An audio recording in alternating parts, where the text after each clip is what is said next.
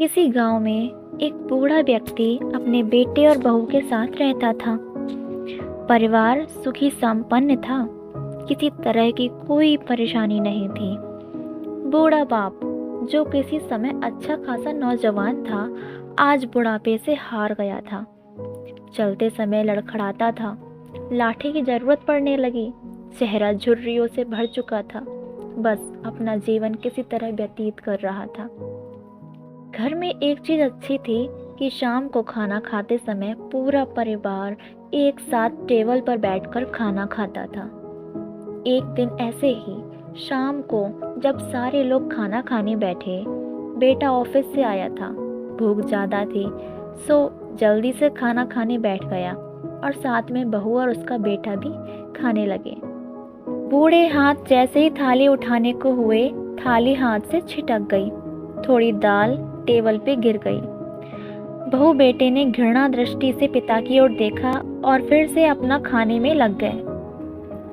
बूढ़े पिता ने जैसे ही अपने हिलते हाथों से खाना खाना शुरू किया तो खाना कभी कपड़ों पे गिरता, कभी जमीन पर। बहू ने चिढ़ते हुए कहा, हे राम, कितनी गंदी तरह से खाते हैं। मन करता है इनकी थाली किसी अलग कोने में लगवा देते हैं। बेटे ने भी ऐसे सिर हिलाया जैसे पत्नी की बात से सहमत हो। उनका बेटा ये सब मासूमियत से देख रहा था। अगले दिन पिता की थाली उस टेबल से हटाकर एक कोने में लगवा दी गई। पिता की डबडबाती आंखें सब कुछ देखते हुए भी कुछ बोल नहीं पा रही थी। बूढ़ा पिता रोज की तरह खाना खाने लगा। खाना कभी इधर गिरता, कभी उधर गिरता। छोटा बच्चा अपना खाना छोड़कर लगातार अपने दादा की तरफ देख रहा था। माँ ने पूछा, क्या हुआ बेटे, तुम दादाजी की तरफ क्यों देख रहे हो और खाना क्यों नहीं खा रहे? बच्चा बड़ी मासूमियत से बोला, माँ, मैं सीख रहा हूँ कि वृद्धों के साथ कैसे व्यवहार करना चाहिए। जब मैं बड़ा हो जाऊँगा और आप लोग बूढ़े हो जाओगे तो मैं भी आपको इसी तरह कोने में खाना खिलाया करूँगा।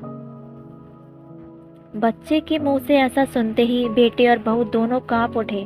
शायद बच्चे की बात उनके मन में बैठ गई थी, क्योंकि बच्चे ने मासूमियत के साथ एक बहुत बड़ा सबक दोनों लोगों को दिया था।